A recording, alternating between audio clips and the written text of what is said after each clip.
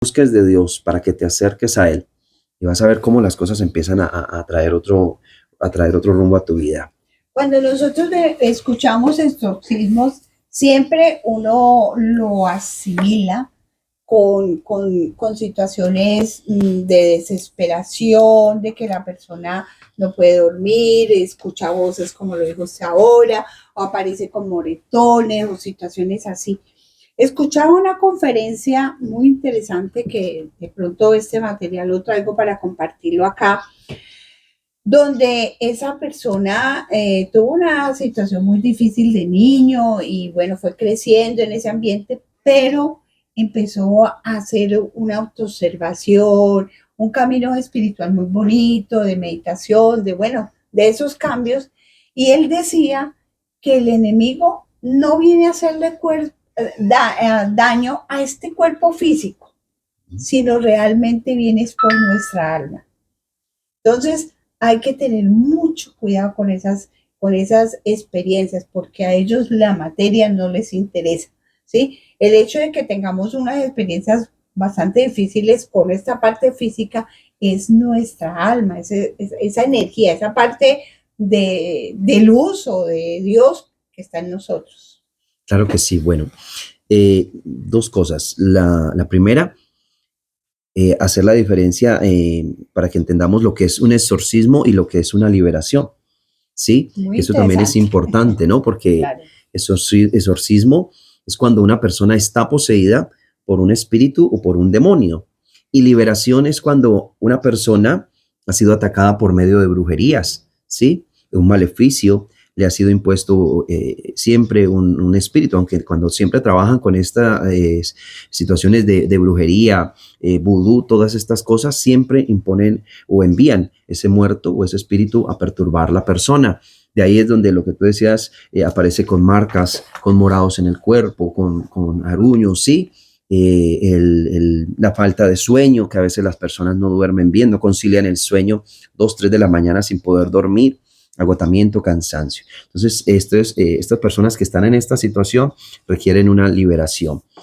Pero ante todo, de hacer este proceso de liberación, primero se debe mirar qué situación tiene la persona como tal. Ya cuando hablamos de la parte de exorcismo, es cuando la persona tiene un demonio dentro y estas personas no pueden, son apáticas a lo espiritual, a lo religioso, ¿sí? De hecho, no entran, una persona que tiene un demonio dentro no entra a un lugar sagrado, a un templo, ¿sí? Ni soporta, digámoslo así, una oración que se esté haciendo porque inmediatamente se le manifiesta, ¿sí? Y entonces esa es la diferencia. Mm, la otra situación es que cuando se manifiesta esto en una persona, porque le han hecho un trabajo de brujería, hay que buscar ayuda, pero la ayuda correcta, la ayuda de Dios, porque a veces lo que hacemos es empeorar la situación, ¿sí? Empeorar la situación. Y el enemigo viene, como dice la misma palabra del Señor, el enemigo no vino sino a robar, matar y a destruir. Y viene por nuestra alma, como tú dices, él no le interesa nuestra materia, nuestro cuerpo, porque al fin esto vuelve a la tierra. Él le interesa es nuestra alma. Por eso él es la lucha espiritual que hay, ¿no? Esa lucha espiritual que hay siempre constantemente por nuestra alma. Y esa es la que hay que pedirle a Dios que podamos cuidar para que pueda, cuando Dios lo decida, podamos trascender y estar en esa presencia de Dios. Me surge una pregunta, eh, sacerdote y psicólogo. Yo cuando paso por la calle y veo estas personas, habitantes de calle tan abandonados, tan deteriorados, y yo digo, ¿será que no tienen alma? ¿Será que esa situación que presentan ahora están manipulados por esas fuentes negativas? O solamente será el consumo de lo que ellos hacen? No sé, siempre he tenido como esa inquietud. Bueno, yo quiero hacer un aporte ahí, Alexis, que en el plano psicológico, ese tema que ya es orgánico, sistémico y que de alguna otra manera converge también a la medicina y a la psiquiatría, nos da un argumento en el que el deterioro de nuestra salud física y mental también abre las puertas al tema de lo espiritual. Cuando nos miramos como un sistema desintegrado, como a veces nos miran las EPS, que es usted un especialista para una cosa, usted para la otra, también perdemos nuestra fuerza vital. Somos cuerpo, somos mente y somos espíritu. Y esa integralidad, como usted lo mira en una persona habitante de calle, puede que tenga un cuerpo medianamente susceptible a la resistencia, pero un deterioro orgánico cerebral que le genera la adictibilidad. Tiene un alma que todavía piensa, racionaliza, pero no lo hace de una manera funcional adecuada. Y su espíritu, pues lógicamente, que es el ruá de vida, el aliento que se insufla en todos los seres humanos, está vibrando mucho más bajito que la de otros. ¿Qué vendríamos a hacer los fenómenos psicológicos ahí? Pues el primer proceso de tratamiento, que es el tema de restaurar su sistema cognitivo mental. Y ya el tema psiquiátrico haría todo el acople del fenómeno de recuperación en su capacidad de regular ciertos sistemas vitales, junto con el endocrinólogo que vuelve a fortalecer eso. Mi aporte va más centrado, por ejemplo, en el tema de la antropología, no solamente mirarnos del fenómeno exorcístico como un fenómeno centrado netamente en el catolicismo. Se sabe y hay evidencia que muchas culturas antropológicamente han hablado desde los sumerios de arrojar enfermedades afuera atribuidas a demonios. El antiguo Egipto también tenía rituales para sacar y expulsar toda esa malignidad que supuestamente venía de un mundo pues etéreo elevado. Y pues hablamos de un exorcismo en el fenómeno global, también en culturas como en el budismo, que practica el parita atinaya, y también en el Tíbet, que se hacen celebraciones como el Gutur, para expulsar toda esa negatividad de espíritus que a veces se quieren alejar o se quieren sacar de ciertos fenómenos cuando se va a cambiar de año, ¿no? Ustedes saben que los años en Oriente no se celebran igual que el de la cristiandad. Sí. Pero ya el discernimiento en el fenómeno psicológico, hay evidencia y hay un libro del señor Richard Gallagher, que él, siendo psiquiatra, empieza a ser el exorcista del Vaticano, ¿no? El psiquiatra de muchos procesos.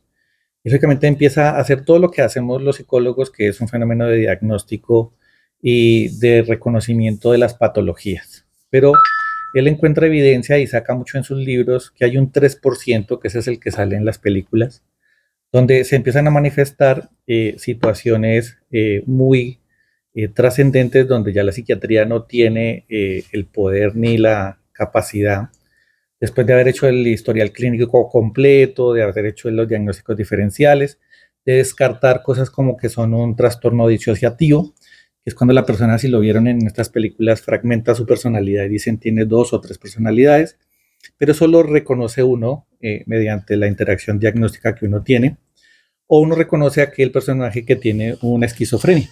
Ya sabe que eso es un fenómeno de base donde escuchan o tienen audiciones que produce su propia mente, o trastornos psicóticos producto de las sustancias. Entonces uno sabe que mientras está con las sustancias puede observar y ver ciertas cosas, que aquí lo hemos discutido anteriormente, frente a que también las sustancias son una puerta a un plano diferencial.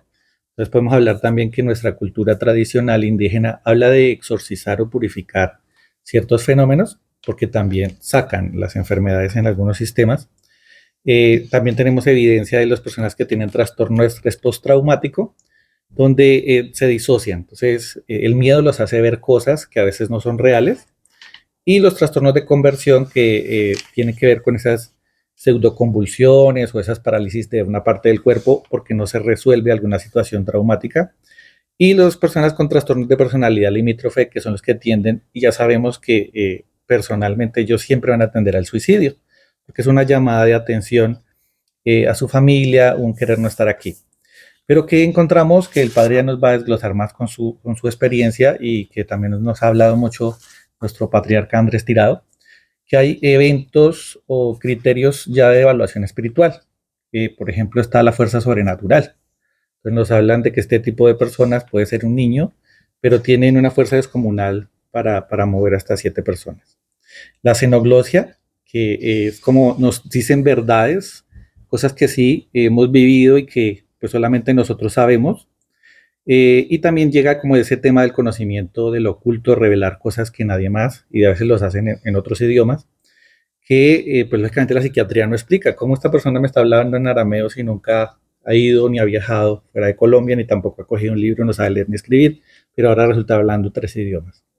Lo que el padre ya nos dijo de la versión profunda frente a lo sagrado, se van alejando paulatinamente, y pues el tema de blasfemar o hablar mal o impulsar todo ese tema de descompensación emocional que genera en aquel que va a hacer el ritual de pues, exorcismo.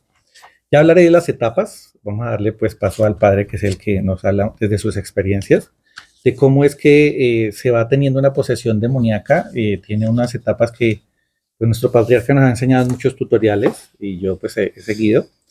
Pero dentro de mi experiencia psicológica y también como terapeuta, lo único que puedo aportar es que hay casos donde la psiquiatría y la psicología llegan y ya tú tienes que decir, pues sí, hemos liberado a las personas de sus patrones de repetición, hemos hecho terapéuticas de constelaciones, las personas entienden hasta dónde no tiene que seguir siendo el yacente o el que repite la historia de una familia, pero hay casos que yo también los he tenido donde digo, esto ya no es de mi competencia, esto es una dinámica ya mayor que debe ser remitida a otro tipo de especialista. Entonces es como lo que vengo a traer el día de hoy. Muy interesante esa parte porque de todas maneras tener esa capacidad, mi experiencia, lo que visualizo,